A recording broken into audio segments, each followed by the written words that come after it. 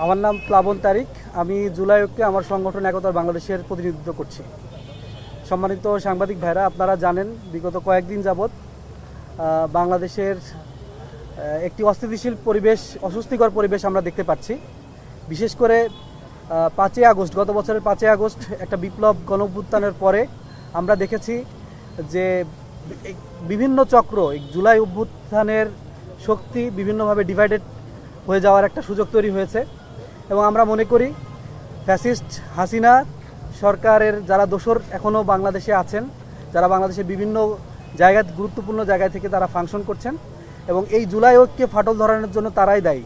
এবং বিভিন্ন interest group এখানে যুক্ত হওয়ার কারণে জুলাই ঐক্যে একটি ফাটল ধরেছে, এটা আত্মস্বীকৃত এবং আমরাও এটা দেখছি। এবং সেই জায়গা থেকে আমরা জুলাই স্পিরিটকে আবার পুনরায় 8 মাসের মধ্যে একটা জায়গায় নিয়ে আসতে চাই এবং সামনে আমাদের এই ঐক্যকে ধরে রাখতে, জুলাই বিপ্লবের যে স্পিরিট সেটাকে ধরে রাখার জন্য, পরবর্তী বাংলাদেশের দেশ গঠনের জন্য অবদান রাখার জন্য আমরা দেশ ও জাতি গঠনে এই স্পিরিটকে কাজে লাগাতে চাই, যার কারণে আমরা জুলাই ঐক্য করেছি। এবং আমরা দেখেছি যে জুলাই ঐক্য যখন আমরা করেছি, আওয়ামী লীগ নিষিদ্ধের দাবিতে আমরা 3 দফার দাবিতে আন্দোলন করেছি এবং আলহামদুলিল্লাহ আমরা সেটা সফল হয়েছি জাতীয় ঐক্যের মাধ্যমে। দেশের সকল অংশীজন এখানে সহযোগিতা করেছেন, কিন্তু তার পরপরই দেখেছি যে একটি উদ্ভূত পরিস্থিতি তৈরি হয়েছে, যেখানে সরকারের উপদেষ্টা পরিষদ থেকে শুরু করে সেনাবাহিনী, বিভিন্ন রাজনৈতিক দলের মধ্যে এক ধরনের ফাটল সৃষ্টি হয়েছে, বিভেদ সৃষ্টি হয়েছে, যার ফলশ্রুতিতে আমরা দেখেছি যে গতকালকে প্রধান উপদেষ্টা ডক্টর মোহাম্মদ ইউনূস পদত্যাগের একটা গুঞ্জন আমরা শুনতে পাই। এবং আমরা আশঙ্কা করছি যে ফ্যাসিস্ট হাসিনা সরকারের যারা দোসর এখানে রয়েছেন, তারা এই ফাটল ধরাতে এবং এই অস্বস্তিকর পরিবেশ তৈরির জন্য তারাই দায়ী। তারা দেশের বিভিন্ন রাজনৈতিক দল এবং অংশীজনদের মধ্যে যারা জুলাই স্পিরিটকে ধারণ করে জুলাই বিপ্লবে অংশগ্রহণ করেছিল, তাদের মধ্যে ফাটল ধরিয়ে একটি পরিবেশ তৈরি করার চেষ্টা করছে এবং এর মধ্য দিয়ে ইন্ডিয়া বা ভারতের আধিপত্য বিস্তারের পুনরায় একটি চক্রান্ত তারা করেছে। তো সেই জায়গা থেকে আমরা জুলাই ঐক্যের পক্ষ থেকে আমরা কিছু কর্মসূচি ঠিক করেছি এবং আমাদের এখানে যারা সংগঠকরা আছেন, বিভিন্ন সংগঠনের প্রতিনিধিরা যারা আছেন, তারা এই সম্মিলিতভাবে আমরা এই আমাদের নেক্সট কর্মসূচি আমরা এই আজকের সংবাদ সম্মেলনের মাধ্যমে এই কর্মসূচি ঘোষণা করব। তো এই পর্যায়ে কথা রাখার জন্য অনুরোধ জানাচ্ছি জুলাই ঐক্যের অন্যতম গুরুত্বপূর্ণ অংশীজন, গুরুত্বপূর্ণ সংগঠন আপ বাংলাদেশের প্রতিনিধি আব্দুল আল মিনাজ। ডিজাইন, এলিগেন্স, বিউটি, সেরা পণ্য সবার জন্য জেভিকো। বিসমিল্লাহির রহমানির রহিম। উপস্থিত সাংবাদিক বন্ধুগণ এবং আজকে যারা বিভিন্ন জুলাই ঐক্যের সাথে সংশ্লিষ্ট সংগঠনের ভাইয়েরা উপস্থিত হয়েছেন, সবাইকে শুরুতে স্বাগত জানাচ্ছি। আজকে আমাদের সংবাদ সম্মেলন হচ্ছে মূলত আমরা একটা কর্মসূচি ঘোষণা দিতে যাচ্ছি, যেই কর্মসূচির মধ্য দিয়ে আমরা জুলাইয়ের চেতনাটাকে আবারও রিভাইভ করতে চাই। কেন? কারণ একতার বাংলাদেশের প্লাবন তারিক ভাই বলেছেন যে আমরা দেখেছি যে এই অল্প কিছুদিনের মধ্যে জুলাই শক্তিদের মধ্যে একটা বিভাজন তৈরি করার একটা ষড়যন্ত্র আমরা প্রত্যক্ষ করেছি। আমরা এটা দৃশ্যমান রাখতে চাই মানুষের সামনে যে দেশের প্রশ্নে আমরা কখনো বিভাজিত নই, আমরা সব সময় একতাবদ্ধ। আমরা ডক্টর ইউনূস সাহেবের যেই পদত্যাগের যে গুঞ্জন শুনেছি, সেখানে আমরা ওনাকে আস্থা দিতে চাই যে ডক্টর ইউনূস সাহেব, ততক্ষণ পর্যন্ত আমরা আপনার সাথে একাত্ম আছি, আমরা আপনার পাশে আছি, আমরা আপনাকে ছেড়ে যাই নাই, যতক্ষণ পর্যন্ত আপনি জুলাইকে ধারণ করে রাষ্ট্রকে পরিচালনা করবেন। আমরা সেই ডক্টর ইউনূস সাহেবের সাথে আছি, যেই ডক্টর ইউনূস নিজে এটা প্রমাণ করবেন, আমাদের সামনে দেখাবেন যে 2000 শহীদ এবং 31,000 আহত যেই রক্ত দেওয়া হয়েছে জুলাইয়ে, সেই রক্তের বিনিময়ে উনি আজকে দেশে দায়িত্ব নিয়েছেন। এবং যেই ফেসিবাদের পতন হয়েছে, সেই ফেসিবাদের পতন এই যে জুলাইকে ধারণ করে উনি বিচার নিশ্চিত করবেন, এই ধরনের পদক্ষেপগুলো যেই ডক্টর ইউনূস সাহেব নেবে, আমরা তার সাথে সর্বাত্মকভাবে সহযোগিতা করার জন্য সবসময় প্রস্তুত আছি। পরিশেষে আজকে যেই কর্মসূচি ঘোষণা হবে, এই কর্মসূচির মাধ্যমে আমরা দেশবাসীর কাছে এটা প্রমাণ রাখতে চাই যে একজন ব্যক্তি বা দলের থেকে দেশ বড়। এই যে দেশের প্রশ্নে আমরা সব সময় এক হয়ে যেতে পারি, সকল সংকীর্ণতার ঊর্ধ্বে উঠে, সেই প্রমাণটা আমরা আবার পুনরায় ফিরিয়ে আনতে চাই। যারা ষড়যন্ত্রকারী, যারা বিভাজন আমাদের দিকে ঠেলে দিতে চায়, তাদেরকে আমরা এটা দেখাতে চাই যে দেশবাসীরা, দেশপ্রেমিকরা কখনো বিভাজিত নয়। সর্বশেষ আমি অনুরোধ রাখবো দেশের সাধারণ জনতার কাছে যেই কর্মসূচি ঘোষণা হতে যাচ্ছে জুলাই ঐক্যের প্ল্যাটফর্ম থেকে, এখানে আমরা কোনো রাজনৈতিক ফায়দা হাসিল করার জন্য এই কর্মসূচি দিচ্ছি না, বা এই ধরনের সংকীর্ণ কোনো চিন্তার জায়গা থেকে আমরা এখানে সম্পৃক্ত হইনি।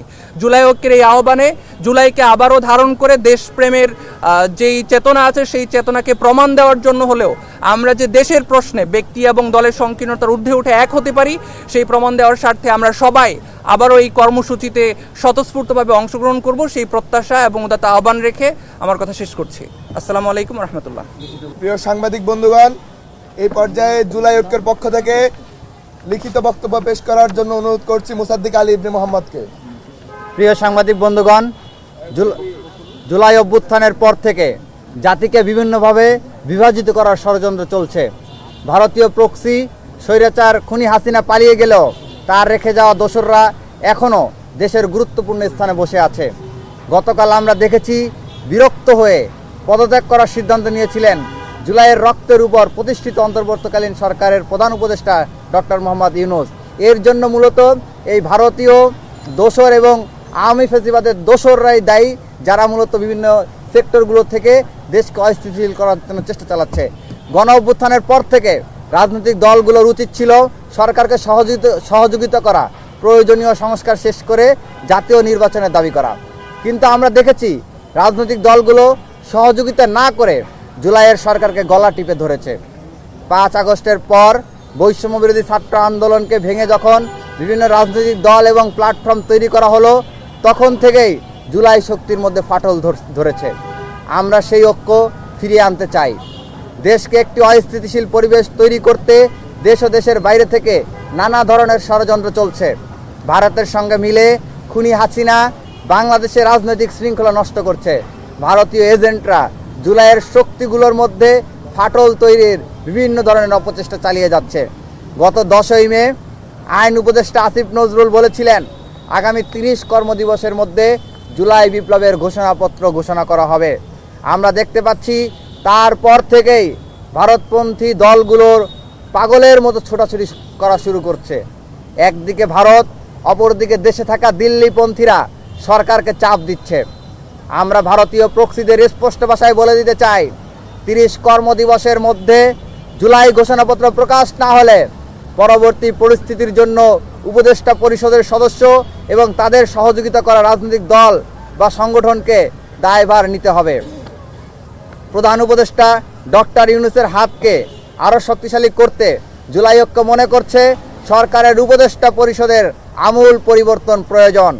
উপদেষ্টা পরিষদের যে সকল সদস্যরা ভারতীয় এজেন্ডা বাস্তবায়নে নিজেকে ব্যস্ত রেখেছে তাদের চিহ্নিত করে দ্রুততম সময়ের মধ্যে তাদের বিরুদ্ধে ব্যবস্থা গ্রহণ করতে হবে এবং উপদেষ্টা পরিষদকে পুনর্গঠন করতে হবে।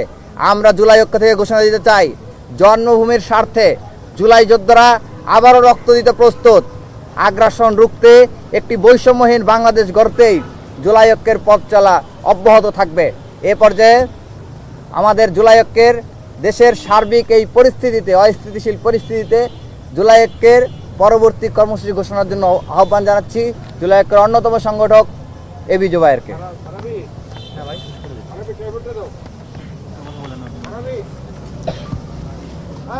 প্রিয় সাংবাদিক ভাইয়েরা, আপনারা জানেন গত 5ই আগস্ট 2024 থেকে শুরু করে আজকের এই 23শে মে 2025 পর্যন্ত আমাদের নতুন বাংলাদেশের যে যাত্রাটা, এই যাত্রাটা আসলে খুব একটা সুখকর ছিল না।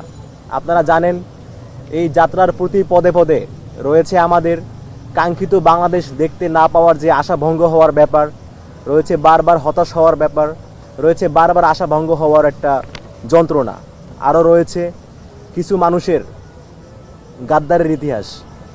তো সব কিছু মিলিয়ে নতুন বাংলাদেশটাকে আমরা যেভাবে দেখতে চেয়েছিলাম তার আসলে সিকি ভাগও পূরণ হয় নাই। আপনারা জানেন জুলাইতে বাংলাদেশে একটা অপূর্ব জাতীয় ঐক্য হয়েছিল। দেশের সকল সংগঠন, সকল রাজনৈতিক দল, সকল মহল, সকল গ্রুপ, তারা হচ্ছে তাদের যে ব্যক্তিগত স্বার্থ বা দলীয় স্বার্থ এগুলোকে কম্প্রোমাইজ করে সবার আগে প্রাধান্য দিয়েছিল দেশের স্বার্থকে। তো এরকম একটা জায়গা থেকে জুলাইতে আমাদের মধ্যে একটা অপূর্ব ঐক্য হয়েছিল যে সবার আগে বাংলাদেশ, দেশের প্রশ্নে কোনো আপোষ নয়, কোনো দলীয় স্বার্থ নয়, কোনো ব্যক্তিগত স্বার্থ নয়। তো আমাদের যে অপূর্ব ঐক্য, সেটা নিয়ে আমাদের যাত্রা শুরু হওয়ার কথা ছিল 5ই আগস্টের পর থেকে। কিন্তু নানা ঘটনায়, নানা চক্রান্তে, নানা ষড়যন্ত্রের বলি হয়ে আমাদের নতুন বাংলাদেশটা আমাদের সম্মুখে যেই রকম একটা আশা আকাঙ্ক্ষার প্রতীক হয়ে দাঁড়িয়েছিল, তার প্রত্যাশা পূরণের জায়গায় তার আসলে প্রাপ্তি খুবই অল্প আসলে। আমরা যেমনটা চেয়েছিলাম তার আসলে কিছুই পাই নাই। তো এরই মধ্য দিয়ে অভ্যুত্থানের পরে 10টা মাস হয়ে গেল। আমরা আমাদের জুলাইয়ের যে প্রধান দাবিগুলো ছিল, যে জুলাইতে যারা আমাদের উপরে গণহত্যা চালিয়েছে তাদের একটা দৃশ্যমান বিচার করতে হবে, এদেরকে দলগতভাবে নিষিদ্ধ করতে হবে। একই সাথে জুলাইতে আমরা যে বিপ্লব করেছি সেই বিপ্লবের একটা সাংবিধানিক স্বীকৃতি। মোটা দাগে এইগুলো, আমাদের শহীদ পরিবারগুলো তাদের পুনর্বাসনের ব্যবস্থা, আমাদের আহত ভাই বোনেরা যারা এখনও চিকিৎসার অভাবে অনেকে ধুঁকতেছে। আমরা কয়েকদিন আগেও দেখেছি পটুয়াখালীর শহীদ হৃদয়, মানে কতটা মর্মান্তিক হইতে পারে একজন মানুষ জুলাইতে শুধুমাত্র দেশের কথা চিন্তা করে, কোনো ধরনের রাজনৈতিক ব্যাকগ্রাউন্ড ছাড়া, রাজনৈতিক স্বার্থ ছাড়া, শুধুমাত্র দেশের কথা চিন্তা করে রাজপথে নেমে এসে পুলিশের গুলির সামনে 2 হাত প্রসারিত করে দিয়েছে এবং তার মাথায় গুলি লেগেছে। আপনারা জানেন প্রায় 72টার মধ্যে গুলি লেগেছে। আমি তার বাড়িতে গিয়েছিলাম, তার এক্সরে রিপোর্ট দেখে আমার চোখ থেকে পানি চলে আসছে। এরকম একটা মানুষ অভ্যুত্থানের প্রায় 7 থেকে 8 মাস হয়ে যাওয়ার পরেও রাষ্ট্রের পক্ষ থেকে, যে রাষ্ট্রের জন্য সে জীবন দিয়েছে, যে রাষ্ট্রের জন্য সে ত্যাগ স্বীকার করেছে, সে রাষ্ট্রের পক্ষ থেকে প্রপার চিকিৎসা পায় নাই। তার পরিবার বারবার চেষ্টা করেছে, অনেক জায়গায় গিয়েছে। আপনারা জানেন আহত পরিবারদের জন্য, তাদের চিকিৎসার জন্য, দেখভালের জন্য একটা সংগঠন গঠিত হয়েছিল, জুলাই স্মৃতি ফাউন্ডেশন। শহীদ হৃদয়ের বড় ভাই স্মৃতি ফাউন্ডেশনে গিয়েছে বারবার। সেখানে গিয়ে তারা অনেকবার চেষ্টা করেছে ওখানে যারা দায়িত্বশীল তাদের সাথে কথা বলার জন্য, কিন্তু তাদের দেখা পর্যন্ত পায় নাই। নানা জায়গায় ঘুরেও যখন চিকিৎসার ব্যবস্থা করতে পারতেছিল না, তখন শহীদ হৃদয়ের রিক্সা চালক বাবা, তার উপার্জনের একমাত্র অবলম্বন রিক্সাটা, এবং পরিবারের যে 2টা গাভী ছিল, গরু, সেই গাভী বিক্রি করে দিয়ে ঢাকা মেডিকেলের চিকিৎসার চেষ্টা করেছিলেন। সেখানকার ডাক্তাররা হৃদয়ের মাথা থেকে 2টা বুলেট বের করতে পারছিল, আর বাকিগুলো বের করতে পারতেছিল না তাদের যন্ত্রপাতির অভাবে। তারা বলেছিল বিদেশে নিতে হবে, হয়তোবা বিদেশে নিয়ে চিকিৎসা করলে আমাদের শহীদ হৃদয়, সে তার নামের আগে আজকে শহীদ বলতে হইতো না। কিন্তু টাকার অভাবে, অর্থের অভাবে তাকে বিদেশে নিয়ে যেতে পারে নাই তার পরিবার। তার কিছুদিন পরে মাথায় বুলেট নিয়েই মৃত্যুর সাথে লড়াই করে হেরে যায় আমাদের শহীদ হৃদয়। এবং আমরা আরও একজন শহীদকে দেখতে পেলাম যে বিনা চিকিৎসায়, টাকার অভাবে বিনা চিকিৎসায় মৃত্যুবরণ করেছে এমন একটা দেশে, যে দেশের জন্য তারা তো স্যাক্রিফাইস। আসলে এর চাইতে লজ্জাটা কী হতে পারে? তো যাই হোক, আপনারা সবাই ভালো জানেন। তো এরকম বিভিন্ন হতাশা, বিভিন্ন আশাভঙ্গ হওয়ার মধ্য দিয়ে আমাদের এই পর্যন্ত জার্নিটা এই পর্যন্ত এসেছি আমরা। এই পর্যন্ত এসেও এখনও পর্যন্ত দেশের অবস্থা খুব একটা স্থিতিশীল নয়। আপনারা জানেন নানা জায়গাতে ষড়যন্ত্র হচ্ছে, নানা মহল চক্রান্ত করছে, কেউ দিল্লির প্রেসক্রিপশনে, কেউ ওয়াশিংটনের প্রেসক্রিপশনে। তো সেই জায়গা থেকে যখন এরকম নানামুখী চাপে, গতকাল আপনারা দেখেছেন দেশ জুড়ে একটা গুঞ্জন চাউর হয়েছিল আমাদের প্রধান উপদেষ্টা, 18 কোটি মানুষের একজন উপদেষ্টা ডক্টর মোহাম্মদ ইউনূস, যার প্রতি বিশ্বাস রেখে আমরা নতুন বাংলাদেশ স্বপ্ন দেখেছিলাম। সেই মানুষটা গতকাল এক প্রকার বিরক্ত হয়ে বলেছিলেন যে আমি পদত্যাগ করব। এরকম একটা গুঞ্জন কিন্তু চাউর হয়েছিল। তো সব কিছু মিলিয়ে দেশের এই অস্থিতিশীল অবস্থায় আমাদের তো কিছু করণীয় আছে। আপনারা